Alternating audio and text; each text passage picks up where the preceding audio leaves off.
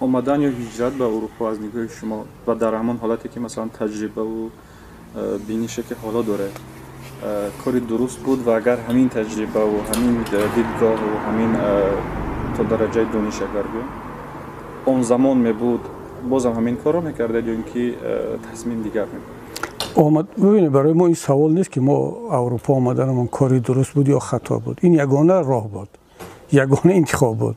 ما اگر شخصا من خودم فکر میکنم که اون زمان همون یگانه راه بود مثلا. بله 100% و حتی فکر میکنم که با در اون شرایطی که الان ما در جهان دیده ایستادیم، در کشورهای سابق شوروی، در منطقه ما در افغانستان، در ایران، در ترکیه، شاید که انتخابی بدی نبود. حداقل ما در اینجا آزاد هستیم، با شما صحبت کرده ایستادیم. من باور ندارم که چون من در ترکیه تقریبا یک سال بعد از هجرت در ترکیه زندگی کردم، یک تجربه کوتاه چند ماه در ایران داشتم، روسیه هم سفر میکردم، به این شکل مصاحبه کردن و فعالیت سیاسی کردن در آنجا امکان نداشت و ما مجبور شدیم اروپا بیایم. مطمئن باشد که اگر من کمترین امکانیت رو برای انتخاب و برای ایستادن می داشتم، من در یکی از کشورهای همسایه با تاجیکستان می ایستادم، چون از اونجا مبارزه بردن هم معنی دارد، هم آسان است و هم شما می توانید تاثیر برسانید به داخل کشور.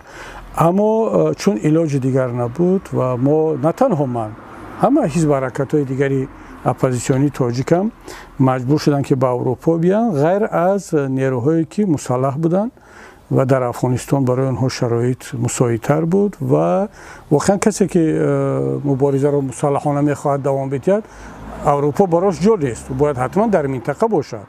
و وقتی که من در سوال اول درباره احتمال پیدایش یک نیروی دیگر که با نیروی سلاح میخوان مسئله را حل کنن صحبت کردم، منظور این بود که اون نیرو در اروپا با وجود نمی آید.